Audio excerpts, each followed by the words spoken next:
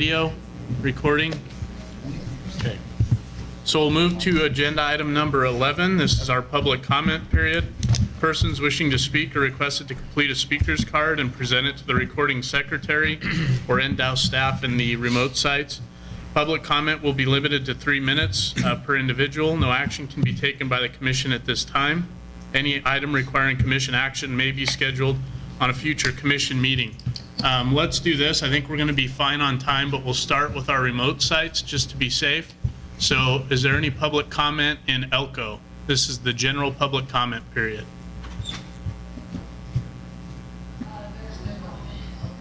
Okay, thank you, Elko. Reno?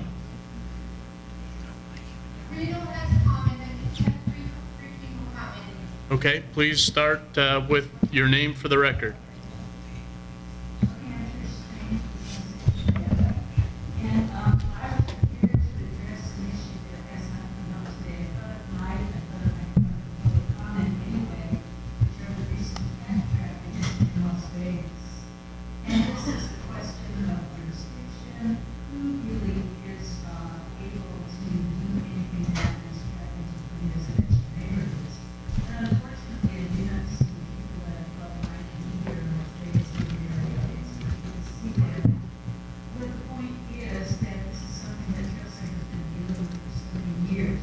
As you recall, it's been 226 back in 2011, when we did what we could to ban traffic within residential neighborhoods.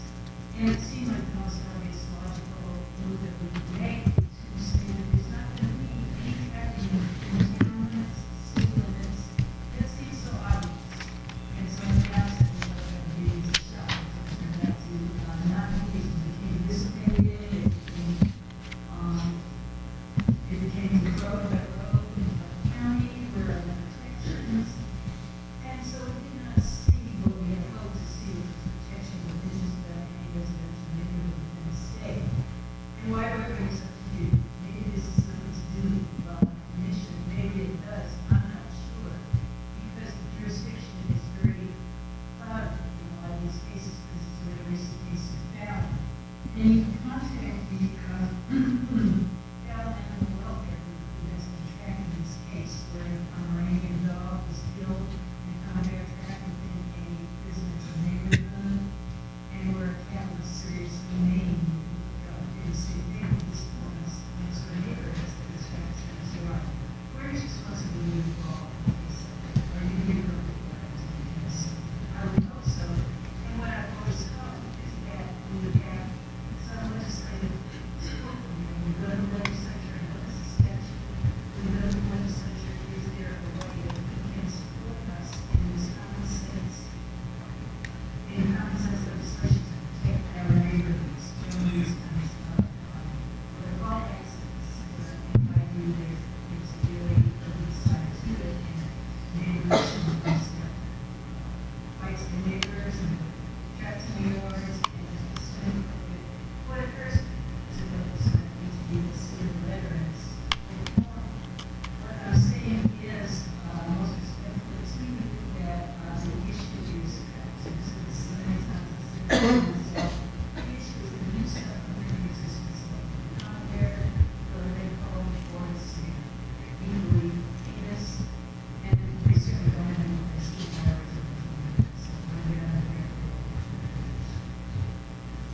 Okay, thank you, Ms. Swain. Next, public comment.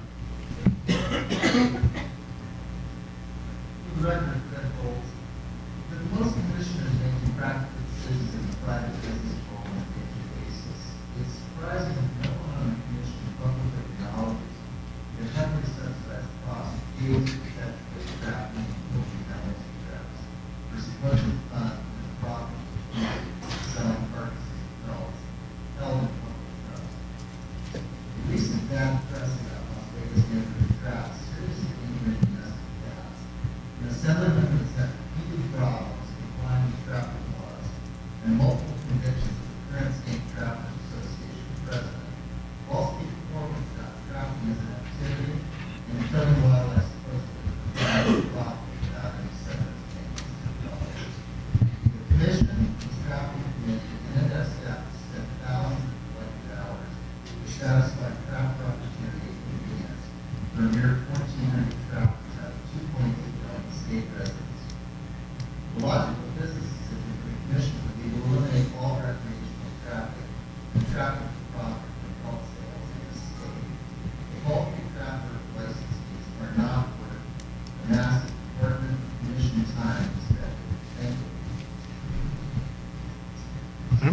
Thank you. Next public comment. My name is Sandy Raleigh. I work for Beyond Pesticide. I'm here, earlier. Just one minute early as far as that. I'm trying to learn more about why imported farms are allowed on data. I think that would be a serious health concern for humans as well as pets and non-target wildlife.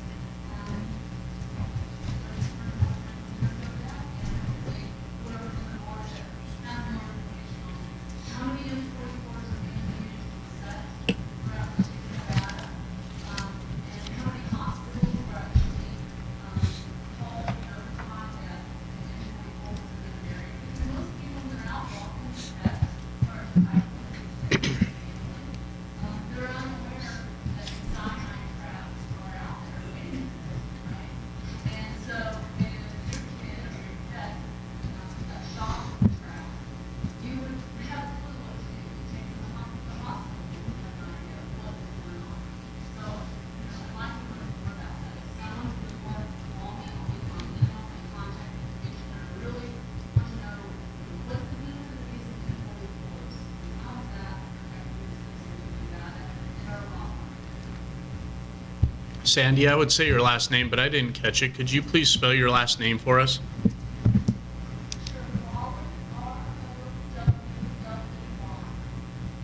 Okay, thank you. Any additional public comment, Reno? Okay, thank you, Reno. So we'll move to Las Vegas. Public comment in Las Vegas. Come on up. State your name for us. Good afternoon, members of the commission. Gina Grayson, for the record, Nevada Voters for Animals. I'm here today because I just want to make sure that all the commissioners are aware of 2 domestic cats that were caught in leg hold traps in the past week in the Mountains Edge area in a subdivision in a neighborhood. Yes, I know that there are leash laws, but we do have in Clark County legal feral cat colonies that are allowed to be where cats are allowed to roam. They're community cats as long as they're fixed. There's some rules. You can feed if you fix, and they're allowed to roam the neighborhoods. It's very disturbing. I know that there's been speculation over whether this was a real trapper or if it's just some kids or whatever it is. It doesn't really matter. The fact is it's a leg hold trap. It did not have any identification on it. The first one, I never got to see the second one because animal control showed up. But what was also concerning, besides the almost $700 vet bill, the Coleman's owner, Coleman was trapped on September 16th, by the way, and Molly was trapped on Friday, the 18th. When Coleman was trapped, the owner didn't know what to do. She's trying to figure out who she reports this to. They call animal control. It's the back and forth. Oh no, call Endow. Endow's like, no, you need to call them, So then the vet calls, and then they say, oh, well, all of our folks are in training. We'll be by maybe sometime next week to investigate this or pick this trap up, which made no sense. I think when it hit the news, then they showed up the next day to pick the trap up. So there's a lot of concern because we've had this issue. One of the, I don't know if she's still on the board, in Mountain Springs, she had a dog caught in a trap. It was impossible for her to report it to Endow. We've had a lot of people. I've actually met people hiking with their dogs out in the Mountains Edge area who said that their dogs were caught in traps over in that area, that they're avid hikers with their dogs. And, she said, I never knew who to report it to. No one ever, we don't get calls back for this. So I want to make sure there's a very specific, reporting process and that someone actually cares about that and that each one of these situations are properly investigated. One of the biggest questions that came up, and I've asked the legal counsel to look at it, and I hope he's going to answer or provide some, clarification.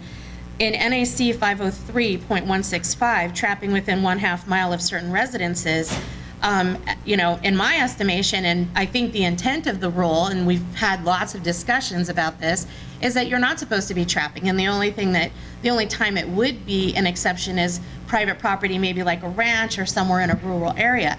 Well, the fact is, a subdivision, your house in a subdivision is private property. And the way I'm interpreting this, Private property is exempted. So if your neighbor next door wanted to lay a leg hold trap out in his backyard to catch, feral cats or stray cats, he could do that. So I would really like clarification from someone, because I know Mr. Dixon, who's the chairman of our local CAB, interpreted it one way. Everyone's interpreting it one way or another. So I'd really like to get a legal opinion on what that means. Is my neighbor allowed to lay a leg hold trap out and trap a stray cat? The other question that came up is, when we posted this, we had almost 40,000 views on Facebook just on Coleman the cat story. People were outraged. I don't need to tell you, they're outraged. The fur trapping is a whole different issue. Hunting, not my issue. Fur trapping, my issue. It was hard to find information. There were people arguing because people were going to NRS. It's not an NRS, it's an NAC. But then in NAC, it's not in one spot. So you have to look about 10 different places if you actually want to find where all the restrictions are for where you can and can't leg hold trap. The way I'm interpreting this is you can do it in your own backyard. Trap ID, where are we with that? I mean, I haven't been here for a while, but geez, it doesn't seem like we've made much progress on this. And I have to say, I'm shocked that we have not addressed the 4-day limitation. All of the states that surround us, I mean, even I think Arizona is 48 hours, California 24 hours. Utah even, I think, is 48 hours. When are we gonna get our trap check times down? We just shouldn't even be having fur trapping, but we definitely shouldn't be allowing 4 days for it. So I would appreciate an answer, please, on the private property issue and also the reporting issues and the investigation issues. Thank you. Thank you. We can answer questions offline, but we don't want to do it as part of public comment, just the way the open meeting law works. So, next public comment.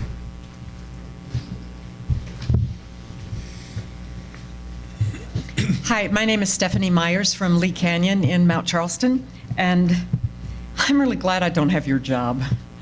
I don't know whether it's easy or difficult for you to learn about yet more beloved family pets, non-target domestic animals who are caught and damaged in leg hold traps. My dog Sunshine was severely injured in a leg hold trap years ago.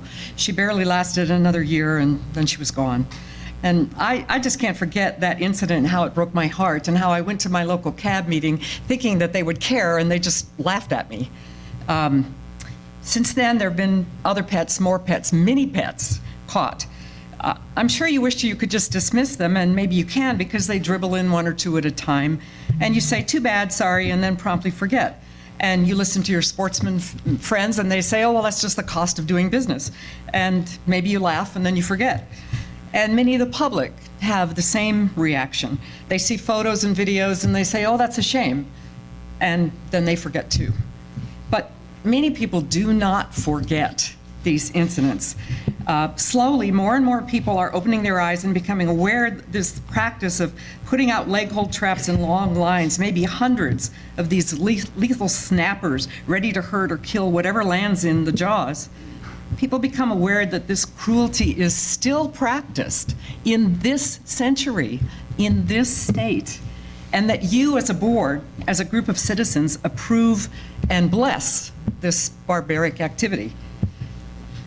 It may not be too long before they hold you, our State Wildlife Commission, accountable for this misery that leg hold traps produce for both wildlife and beloved pets in our community, members of the family. And how are these people going to be looking at you? Can you endlessly continue to defend and legitimize leg hold trapping as you've always done in the past? Trapping is not in the same category as hunting and fishing. Every one of you is too buddy-buddy with trappers, and maybe it's time to distance yourself just a bit. Let me be clear that I'm not against fishing or hunting for game meat. It's one hunter, one animal, but leg hold trap lines are in a different category altogether. These traps are out there to capture anything, and they are out there for days and weeks, even months. Hunters, please wake up to the fact that trappers are giving you a bad reputation. Traps themselves are the difficulty. I'm not doing battle with game meat hunters, so hunters relax no matter what the trappers tell you. It's not the hunting. It is traps that are the black eye. 20 seconds. Okay. So the people we think are going to eventually vote with their hearts and ban lake hole trapping. And before that day comes, each one of you has the power to step out, step away from your trapping buddies, see the misery that lake hole trapping causes, and put some smart but meaningful restrictions on lake hole trapping in this state. Thank you very much for your attention. Thank you. Next public comment.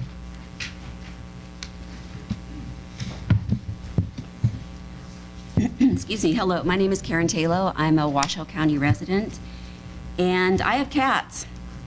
I've fostered cats with my family for many years with the SPCA, so all the cats that I have were foster cats, but I keep them inside, and I keep them inside due to human and wildlife conflict. However, I support the rights of people who want to let their cats outdoors. We could debate all day on what kills wildlife, what kills the birds, cats, wind turbines, solar panels, habitat loss, etc. But the real question is, will you finally support true trapping reform to include public and trapper education? Target or non-target, these issues keep landing on your doorstep. In my opinion, you have a public trust duty to provide the public information about the dangers of trapping and to come up with solutions.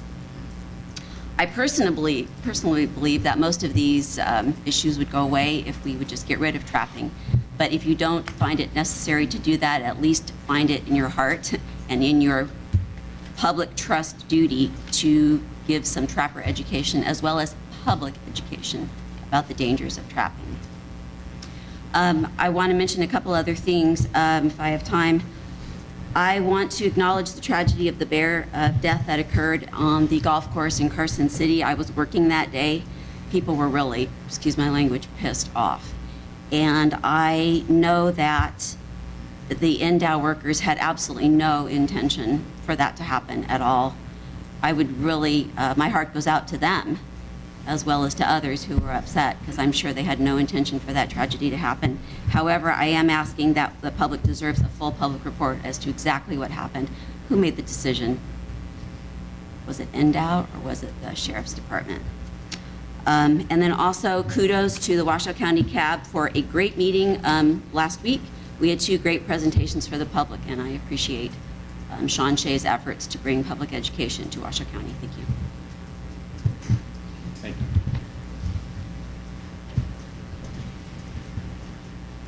Ms. Lane. Hi, I'm Dr. Karen Lane. I'm kind of interesting being on this side. And I just want to say a couple of things. In terms of the 2 cats that were trapped, I want to echo those concerns. I think my concern right now is that we've had a lot of input from our CAB meetings about feral cats, and there are trappers that are very upset with the fact that they feel that people who do TNR on feral cats don't have a trapping license, that these cats are allowed not to have vaccinations. We hear a litany of complaints from the trappers, and then we hear the situation with the 2 cats being trapped in leg hole traps. I'm not indicating to you that there's a connection between that or a trapper who did that because they were trying to trap a feral cat. I am concerned, however, that we have this discussion going on about feral cats by the trappers who feel like their issues are not being addressed, because in truth it's a local issue and it's already been decided by Clark County. But I do think that somehow or the other we probably need to try to address their concerns, and I will tell you that I think there are a number of people within Clark County who are willing to try to sit down with the trappers and do that. I think we need to try to address some of these issues. It is very disconcerting in an area that is inside of the non-firearms area that you do have the situation occurring. The other issue I want to address is the Dayton bear issue. Again, I want to reiterate what Karen said. I guess my concern is that I'm looking at it from a procedural issue. If you have an NDOW person on site, I'm not understanding necessarily why you have a sheriff's deputy making the decision to tranquilize if by NDOW's policies you don't tranquilize near a large body of water. And I guess I would like to hear more information about that, because you look at the stuff on Facebook, And these are the kinds of things that kind of blow up in terms of citizens and their issues with Endow. And so I think sometimes we really need to take a hard look at what happened and try to make clear to the public exactly what occurred. So we answer some of the questions that remain unknown. The only other point I want to make, I know my time's coming to an end, is that we have Camilla Fox is going to be in Las Vegas October the 15th at the Windmill Library to talk about coexistence with coyotes. I thought it would be good to have a kind of a different view. I know that Endow's done a lot of public education. We think that there is more that has to be done, and we welcome Endow's participation in that public event. The public is invited without charge. Thank you. Okay, thank you. Next public comment, come on up.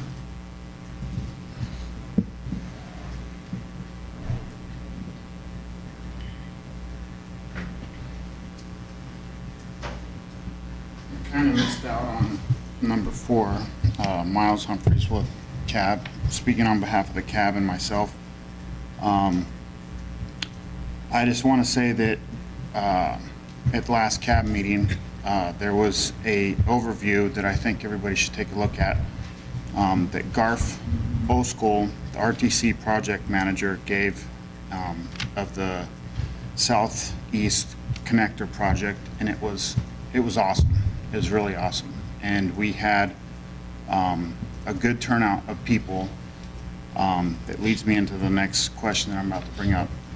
They got some of their information on to attend the local CAB meeting through RTC, and some of the people at the meeting, they had no idea, because they don't go on to Endow's website or even the county, and for whatever reason, in this day of media and technology, they weren't savvy to find that information. So one of the things that was brought up was possibly mentioning it in the local newspaper, RGJ, even just a couple little quick lines somewhere in there, because a lot of people do read that for whatever reason, and so that was an idea.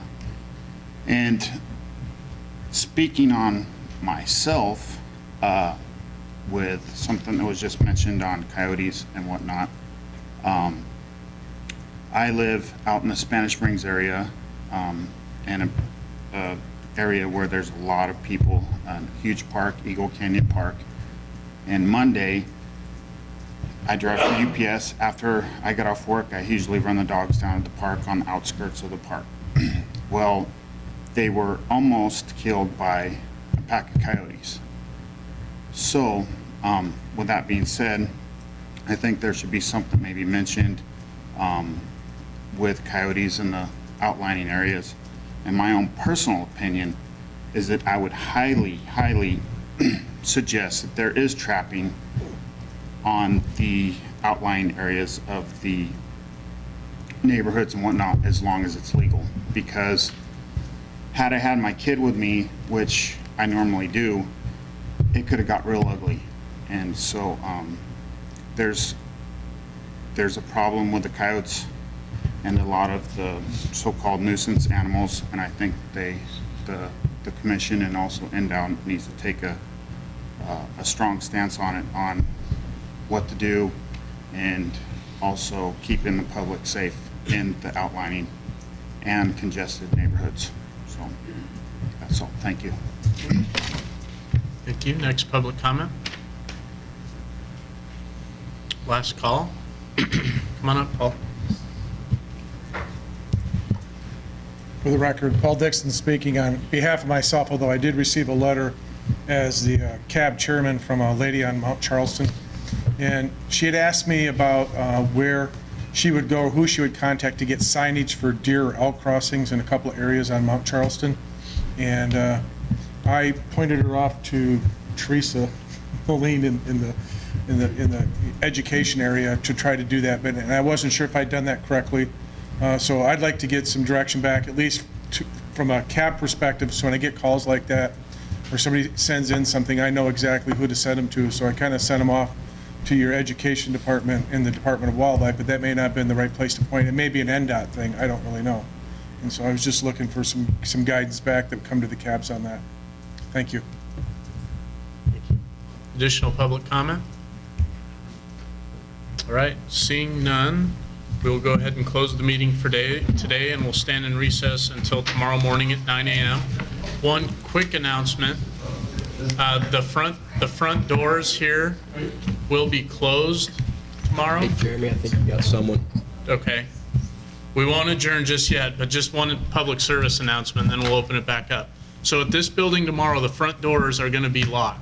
There will be a sign directing you around the left side of the building as you look at it, so we can get back into this building for tomorrow, but don't be discouraged if you can't get through the front door. That's in Las Vegas.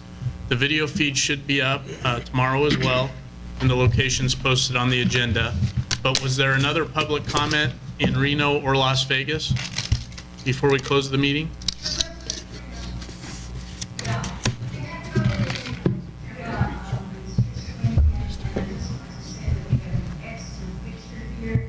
This video conference has been so successful, the picture that we have is outstanding, and the service that we get is wonderful, and we really appreciate you with you to have this meeting. We ask people to go well, very, very happy. Okay, thank you. Any other public comment? Last call. All right, we'll see everyone tomorrow morning here at 9 a.m. Thank you.